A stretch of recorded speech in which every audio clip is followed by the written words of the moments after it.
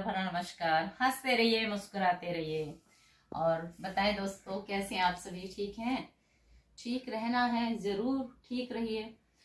और कोई भी गम आए उसको हंसते हुए सह जाइए, क्योंकि जब हम किसी चीज को यानी किसी सुख की कामना करते हैं तो हमें दुख का पता होना, अनुभव होना बहुत जरूरी है। तो सुख का अनुभव हमें अच्छी तरीके से जब ही होगा जब हमारे पास से दुख होके गुजरेगा। तो मैं ये नहीं कहती कि हर इंसान को दुख हो, मैं ये कहती हूँ सुख की अनुभूति हमें तब होती है जब हमारे पास दुख आता है, यानी किसी चीज की कमी जब हम महसूस करते हैं, जब वो नहीं होती। तो इसलिए जरूरी है कि जब दुख हम महसूस करते हैं तभी हमें सुख मिलता है। तो आज 22 ये क्या नाम है, जनवरी है। तो 22 एक बहुत बड़ा दिन मनाया जा रहा है देश में। तो मुझे ये लगा कि मैं थोड़े से अपने विचार व्यक्त करूं इस चीज के बारे में। देखिए, सबसे पहले मैं कहना चाहूंगी इस दुनिया के, देखो मैं थोड़ा सा अपने हिसाब से सोचती हूँ, मैं एक टीचर हूँ, मुझे जो शिक्षा ने सिखाया मैं उसके अकॉर्डिंग बात करूंगी। मुझे शिक्षा ने सिखाया कि इंसान सिर्फ एक इंसान है, ना वो किसी धर्म से से संबंधित है, ना वो किसी जाति से संबंधित है। तो हर इंसान में हर चीज बराबर है, हर चीज ठीक है। फिर इतना इतना किसी चीज को इतना महत्व क्यों दिया जाता है और किसी चीज को इतना वो अनदेखा क्यों कर दिया जाता है? जब भगवान ने, अगर कोई कुछ है, भगवान जैसी शक्ति है। भाई देखो, मैंने नहीं देखी, अगर मैं देखूंगी तो मैं विश्वास करूंगी। मैंने नहीं देखा है भगवान को, या कभी मेरे को ऐसा फील नहीं हुआ कि भगवान होते हैं, या कोई भी चीज मैं किसी की आस्था पर वो नहीं कर रही हूँ, प्रहार नहीं कर रही हूँ। पर मैं ये कहती हूँ, देखिए मैंने सुना है, किताबों में पढ़ा है थोड़ा बहुत, जहां तक भी मैं ज्यादा नहीं पढ़ती हूँ, किताबें नहीं पढ़ती हूँ। मुझे ये है कि मैं थोड़ा ही पढ़ती हूँ, क्योंकि जितना मैं पढ़ना चाहती हूँ उस हिसाब से फिर मुझे उल्टा सीधा महसूस होता जाता है, तो मैं नहीं पढ़ती हूँ इतना ज्यादा। मैं एक इंसान हूँ, मैं बड़ी हो गई, मुझे समझ आ गई है, मुझे इतना पता चल गया कि हर इंसान क्या है, हर इंसान सोच समझ सकता है, वो और चीजों से ज्यादा बुद्धि है, उसमें बुद्धिमान है। तो फिर उसे इतना क्यों नहीं पता चलता कि दुनिया में सभी इंसान बराबर हैं। ये जो इंसानों ने देश के प्रति या अपने देश के प्रति या दूसरे देश के प्रति भावनाएं रखी हुई है कि हमारा देश हमारा है, दूसरा देश देश नहीं है, या हम अच्छे हैं, दूसरे देश के लोग अच्छे नहीं है, तो ऐसा क्यों है? दुनिया में अगर कोई शक्ति है, दुनिया में कोई, अगर चाहे आप उसे अल्लाह कह लो, चाहे उसे भगवान कह लो, चाहे गॉड कह लो, चाहे ईसा मसीह कह लो, चाहे कुछ भी कह लो, सबका मानना एक है कि इंसान इंसान से प्यार करे। ऐसा कोई धर्म नहीं है, ऐसी कोई जाति नहीं है जो हम दूसरी धर्म को, दूसरी जाति को ऊंचा नीचा समझती है, वो बड़ा दिखाती है। मान लीजिए, मैं एक बात कहना चाहूंगी, कोई मोची है, आपके शूज देखे, मेरे शूज कितने प्यारे लग रहे हैं, लेकिन जिन हाथों ने बनाए हैं वो हाथ कितने पसीने से तर होके इन्हें बना रहा होगा। मैंने देखा है कई बार, कभी कहीं काम होता था, इन पे जो एक सलोचन लगाया जाता है, उस टाइम उनके हाथ इतने खराब नजर आते हैं जब इस टाइम, इसलिए। लेकिन जब हम इसे पैर में पहनते हैं तो ये इतना प्यारा लुक देता है। तो ये किसका मजबूती का प्रतीक है, किसकी मेहनत का प्रतीक है? ये है उस कारीगर की जिसने इसे बनाया है। ये कपड़े में पहने हुए मैंने तो पैसे दिए और खरीद लिए, लेकिन जिसे तार तार करके बुना है वो कौन था? वो एक व्यक्ति था, वो किसी कास्ट से संबंधित नहीं था, वो एक इंसान था। अगर वो इंसान नहीं होता, उसने नहीं बनाया होता इसको, तो आज क्या हम अपने आप को सर्दी से बचा रखते? नहीं बचा रखते। तो ये जो कपड़ा बनाया है, ये देखिए कितना अच्छी लुक दे रही है, ये भी किसी ने बनाया है, ठीक है। ये बटन लगाए हैं, किसी कारीगर ने लगाए हैं, किसी ने लगाए हैं। तो देखिए, सब चीज मिला के हम एक अपने अच्छे व्यक्तित्व को प्रकट कर रहे हैं ना कपड़ों के द्वारा। आप देखेंगे मेरा जो ड्रेसअप है कितना प्यारा लग रहा है, लेकिन ये ड्रेसअप सिर्फ मेरा नहीं है, ये ड्रेसअप है उन लोगों का जिन्होंने इन चीजों को बनाया, जूते से लेकर ये चश्मे तक, जिन लोगों ने इन्हें बनाया है। तो अगर ये चश्मा ना होता, जिसकी आंखें वीक हो जाती है, वो नहीं देख पाएगा ढंग से किताबों को या जो पढ़ सकते, क्योंकि आंखें वीक हो जाती हैं। तो जिस कारीगर ने, जिस इंसान ने या जिस साइंटिस्ट ने इसको बनाया वो भी बहुत मेहनती था, वो किसी कास्ट से संबंधित नहीं था।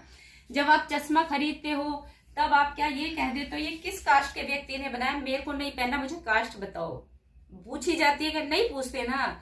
आप उस वक्त समझदारी से काम लेते हो, आपको सिर्फ चश्मे से मतलब होता है।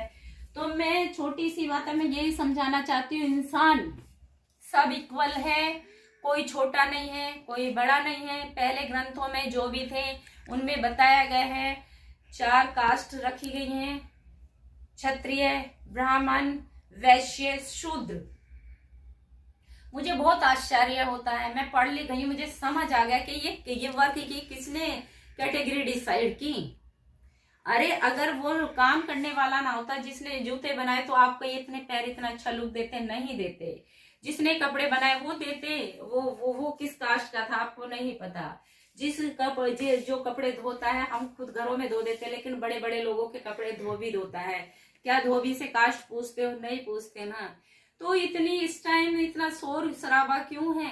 हर इंसान को, हर व्यक्ति को उसका हक मिलना चाहिए। जब इक्वल है तो उसमें आरक्षित, अनारक्षित, SC ST OBC और ये और वर्ग कहाँ से आ जाता है, मुझे समझ नहीं आता।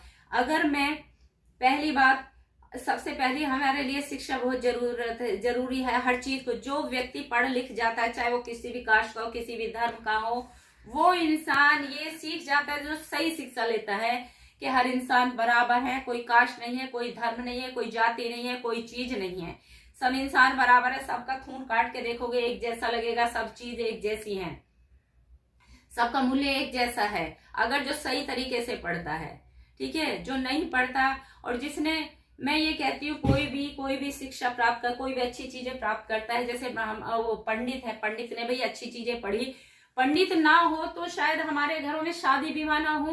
वैसे तो हम कहते हैं ये तो बड़ा पंडित बनता है, मैं पंडित तो उस सबके लिए कहना चाहूंगी ये तो बड़ा पढ़, लेकिन जब हमारे घर में शादी होती है सबसे पहले पंडित को ढूंढते हैं।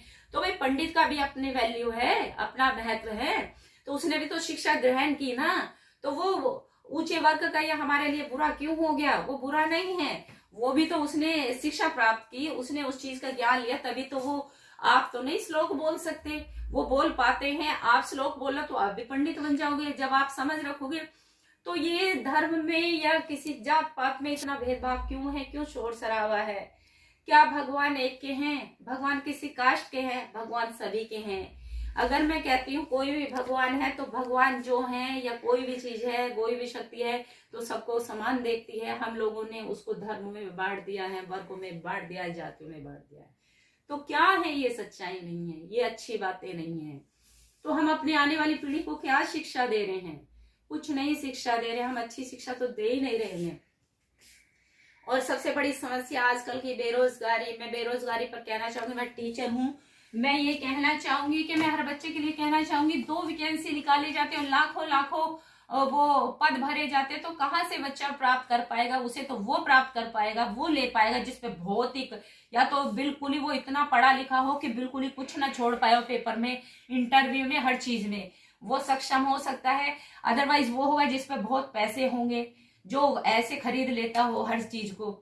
तो मैं ये कहना चाहूंगी कि मैं अपनी तरफ से सजेस्ट करना चाहूंगी कि मैं एक टीचर हूं, अगर मेरी कोई सुने तो मैं बताना चाहूंगी सरकार तक, अगर मेरी बात पहुंचे, कि हर बच्चे को 10वीं तक शिक्षा दीजिए, अच्छी तरीके से शिक्षा दीजिए, उसे जबरदस्ती पास मत कीजिए। उसमें इक्वालिटी है, उसमें योग्यता है तो उसे पास कीजिए, अदरवाइज उसे पास मत कीजिए।